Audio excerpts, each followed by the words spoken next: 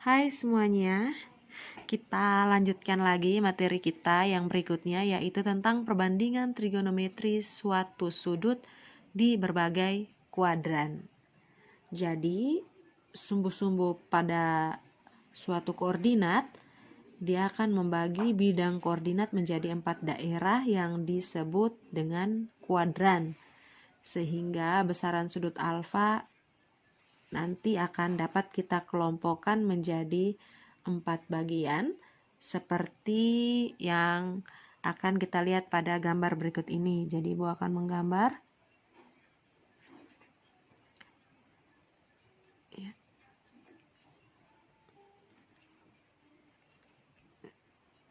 Jadi ini adalah bidang kartesius.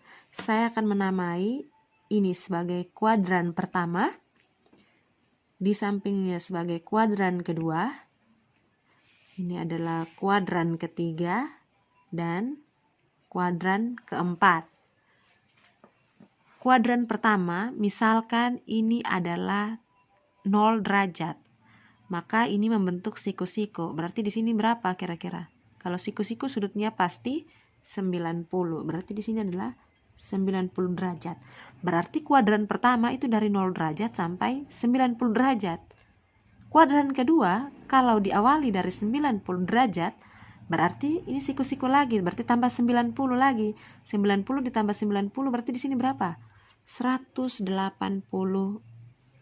derajat. 180 derajat ini sudut berpelurus ini ya. Kalau dulu SMP kalian mempelajari tentang masih mengingatnya dengan jelas tentang sudut, pasti kalian tahu bahwa sudut berpelurus besar sudutnya ada 180. Jika kuadran 3 dari 180 derajat tambah 90, berarti ini dia akan mencapai pada 270 derajat. Dan kuadran keempat dari 270 derajat kalau kembali ke titik asal berarti ditambah lagi dengan 90, dia akan menjadi 360 derajat. Jadi perputarannya kita lihat dari 0 derajat pada sampai kuadran 1 itu sampai ke sudut 90. Dari kuadran 2 90 dia mencapai sampai 180 derajat. Pada kuadran 3 dari 180 derajat dia akan mencapai 270 derajat, dan pada kuadran keempat dia akan dari 270 derajat sampai ke 360 derajat. Jadi kira-kira seperti itu kuadrannya ya. Jadi Ibu minta kalian untuk bisa membedakan mana yang kuadran pertama, kuadran kedua, ketiga, dan keempat, supaya ketika kita mengerjakan soal nanti kalian jangan bingung untuk mengerjakannya. Jadi harus dilihat, karena kita hanya mengingat diagram ini dan kita akan bisa membuat rumus kita sendiri. Jadi Ibu ingin kalian coba untuk fokus sebelum Ibu menjelaskan cara membuat rumusnya. Kalian fokus agar ketika nanti pada tugasnya kalian bisa mengerjakannya dengan cara membuat rumusnya sendiri pada tiap kuadran. Jadi kita mulai yang pertama. Yang perlu kalian ingat pada setiap kuadran itu selalu akan ada nilai yang positif. Jadi pada kuadran 1 semua perbandingan trigonometri akan bernilai positif. Jadi Ibu tulis di sini all. All itu kan bahasa Inggris ya, artinya semua. Jadi Ibu rasa kalian semua tahu. Jadi Ibu buat ini all. Pada kuadran kedua yang positif adalah sin. Pada kuadran ketiga yang nilainya selalu positif adalah tangen.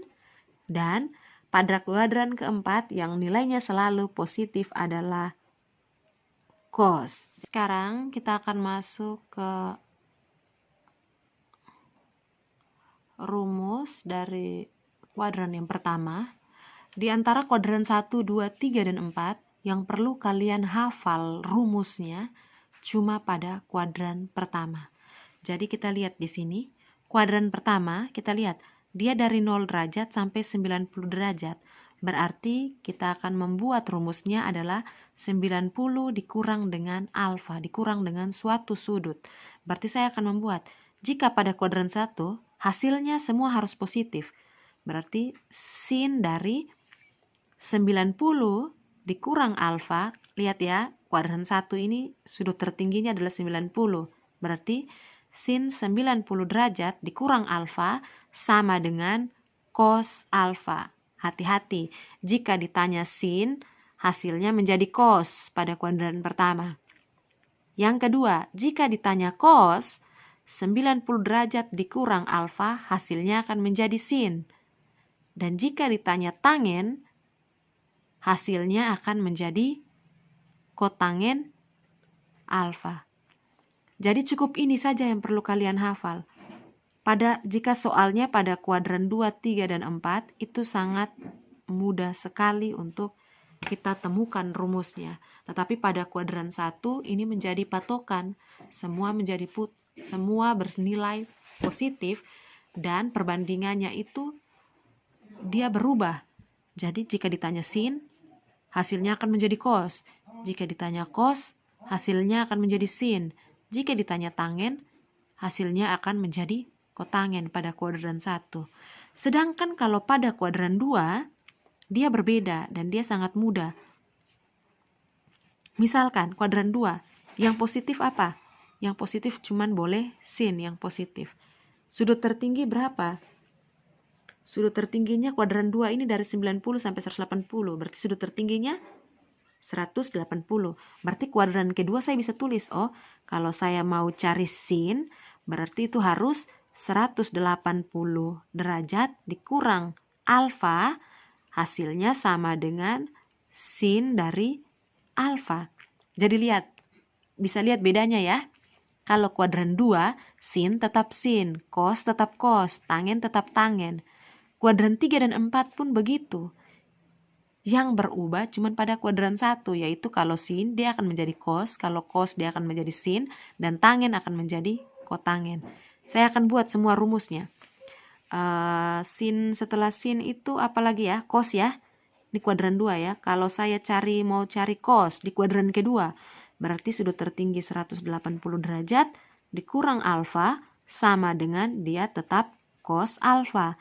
Tetapi kita harus perhatikan, di sini di kuadran kedua dia bilang sin yang harus positif. Selain dari sin itu negatif. Tadi sin hasilnya sin, sudah positif ya.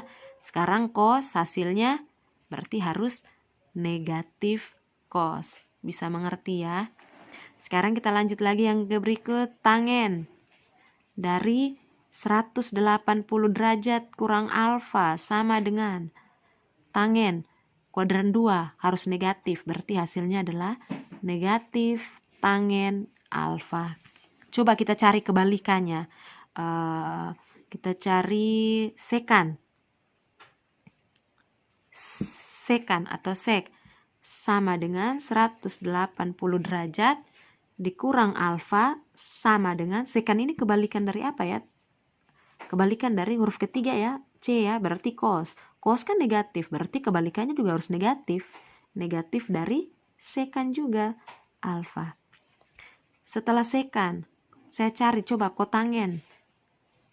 Kotangen. Kotangen ini kebalikan dari apa? Tangen. Tangen saja hasilnya negatif pada kuadran kedua. Berarti kotangen juga harus negatif. Berarti 180 derajat kurang alfa sama dengan negatif dari kotangen alfa.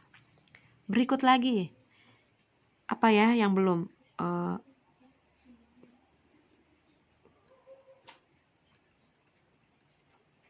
Kosekan ya. Atau kosek ya. Kosekan atau sama dengan 180 derajat dikurang alfa sama dengan kosekan huruf ketiganya C. C itu adalah sin. Sin hasilnya positif, berarti kebalikannya tetap positif. Berarti kosekan dia tetap menjadi kosek alfa. Bisa dipahami ya? Oke, sekarang kita akan lanjut ke kuadran ketiga. Untuk rumus kuadran ketiga. Untuk rumus kuadran ketiga, kita lihat yang bernilai positif adalah tangen. Kalau tangennya positif, berarti selain dari tangen nilainya harus negatif. Saya buat sin dari, saya lihat sekarang dari 180 sampai 270. Untuk kuadran ketiga, kalau yang tadi kita ambil kuadran sudut tertinggi ya. Tadi di kuadran 1 kita ambil 90, di kuadran 2 kita ambil 180 yang tertinggi. Kalau di kuadran ketiga, perbedaannya adalah kalau di kuadran ketiga kita membuat rumus, kita mengambil dari yang terendah. Kalau terendah berarti simbolnya harus tambah. Berarti saya buat 180 derajat tambah alfa sama dengan sin alfa. Kuadran ketiga tangen yang harus positif, berarti sin harus negatif. Saya mulai lagi. Cos dari 180 derajat tambah alfa sama dengan negatif cos alfa. Yang berikut, tangen dari 180 derajat ditambah alfa sama dengan tangen alfa. Tangennya saya kasih positif karena di sini rumusnya tangen harus positif.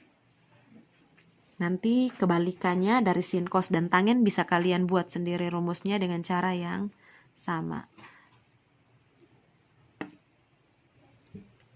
Sekarang kita lanjut ke kuadran keempat. Kuadran keempat kita lihat lagi 270, 360. Saya akan ambil 360. Ibu sudah bilang kuadran 1, 2, dan 3. Kuadran 1, 2, dan 4 kita mengambil yang sudut terbesar. Tetapi pada kuadran ketiga kita mengambil sudut terkecilnya ya. Jadi saya akan buat sin dari 360 derajat dikurang alfa sama dengan, pada kuadran keempat ini 360 yang positif hanya cos. Karena ini tanyanya sin, hasilnya harus negatif sin alfa. Berikut cos dari 360 derajat dikurang alfa sama dengan cos tetap positif ya. Ini di sini cos berarti cosnya positif. Yang berikut tangen dari 360 derajat dikurang alfa sama dengan negatif dari tangen alfa.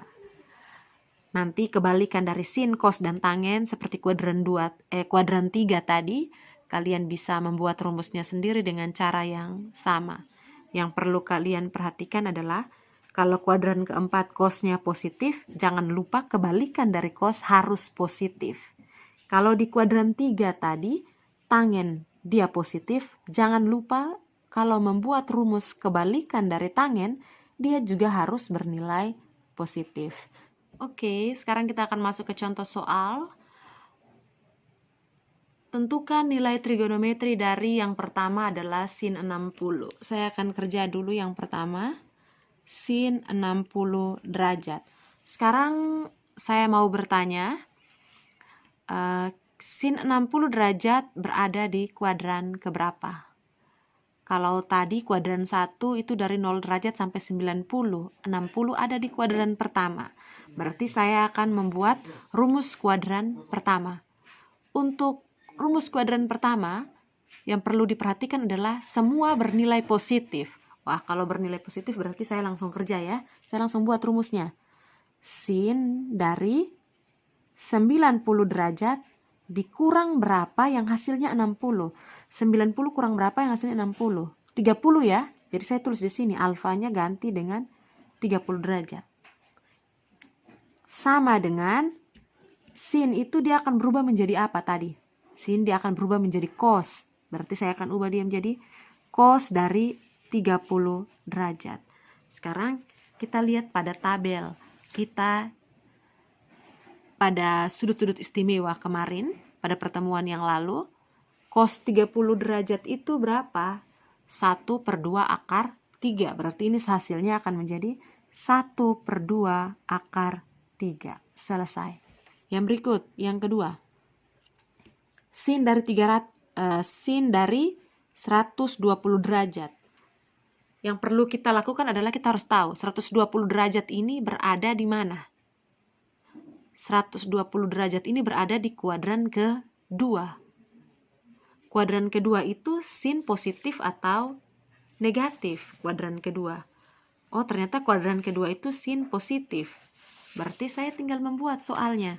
Oh, berarti sin dari 180 derajat dikurang 180 derajat dikurang berapa yang hasilnya 120? kurang berapa? Kurang 60 ya. Jadi saya tulis di sini 60 derajat. Sama dengan, ingat kuadran kedua sin positif. Berarti saya tetap tulis di sini. Sin dari 60 derajat. Alfanya 60. Saya tulis 60. Sama dengan sin 60 derajat bisa saya lihat pada tabel di pertemuan kita sebelumnya. Kalian bisa melihat nilai dari sin 60. Kita lihat sin dari 60 itu adalah 1/2 akar 3 juga. Jadi saya akan tulis di sini 1/2 akar 3.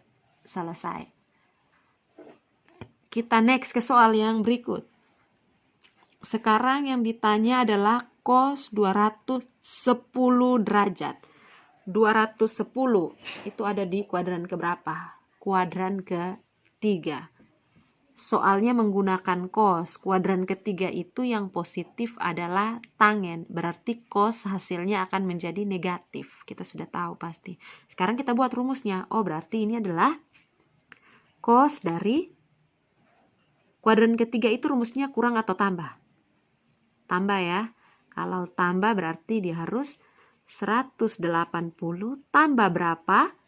Yang hasilnya menjadi 210. Berarti tambahnya adalah tambah 30. Saya tulis sini tambah 30 derajat. Sama dengan, ingat kuadran ketiga itu adalah tangen yang positif. Karena pertanyaannya menggunakan cos, berarti di sini akan menjadi negatif dari cos 30 derajat. Alfanya 30, saya tulis 30. Sama dengan negatif dari cos 30 berapa? Cos 30. Lihat kembali ke tabel kita. Cos 30 adalah 1/2 akar 3. Saya tulis lagi negatif 1/2 akar 3. Selesai. Semoga semakin lama kalian bisa semakin memahami. Kita lanjut ke soal yang berikut, yang keempat, yaitu tangen dari 240 derajat.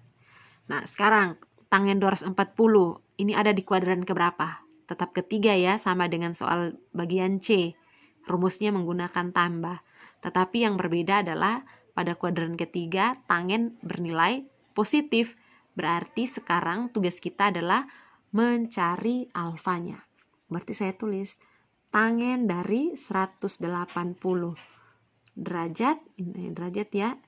180 derajat ditambah berapa yang hasilnya 240. Tambah 60 ya. Tambah 60 derajat.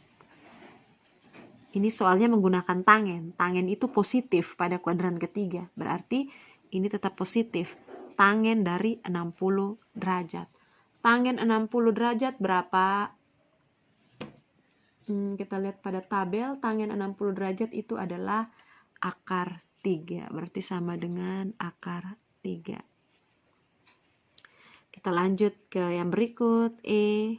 Yaitu sin dari 315 derajat. 315 itu ada di mana?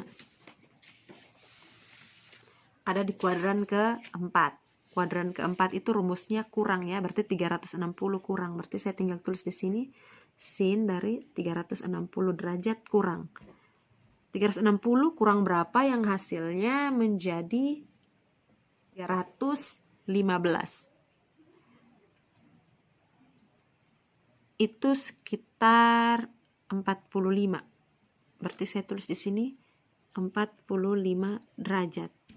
Sama dengan pada kuadran keempat, sin ini bernilai positif atau negatif? Yang bernilai positif adalah cos, berarti sin harus negatif. Berarti di sini negatif dari sin 45 atau sama dengan sin 45 adalah negatif 1/2 akar 2.